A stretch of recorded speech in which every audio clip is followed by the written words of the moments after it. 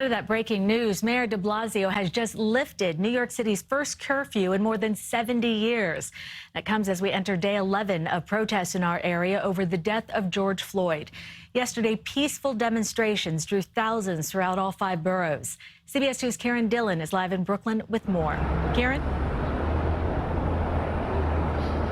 Well, Cindy, the curfew was initially imposed by the mayor earlier this week after we saw several nights of widespread looting and rioting here in the city. But the mayor says after a few calmer and quieter nights, he's now prepared to lift that curfew. And that's great news for so many protesters we've spoken to throughout the week who say the curfew impeded their ability to have their voices heard. For the 10th consecutive day, they marched with purpose through Brooklyn, from the Brooklyn Bridge to Grand Army Plaza, down Flatbush Avenue to the Barclays Center. Their bodies feel haggard. Their voices are as strong as ever.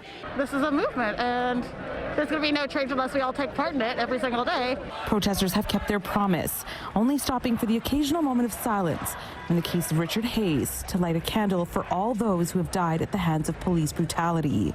Just get along. You don't have to kill black people. In addition to expressing their anger, the marches have become a forum for protesters to share personal experiences and changes they'd like to see implemented, not just by police, but by the justice system. I'm looking over my shoulder for people that should be protecting me, you know, and these are things that have gone on for years. I believe that I'm standing up for something that I believe in, and I'll do it whatever it takes. Protesters say that includes staying past curfew and taking it upon themselves to make sure their message doesn't get overshadowed by outside agitators.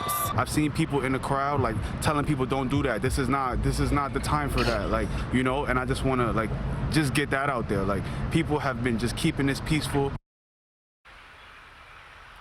So there are several protests planned across the city today, including here in Brooklyn. And once again, that citywide curfew has now been lifted one day ahead of schedule.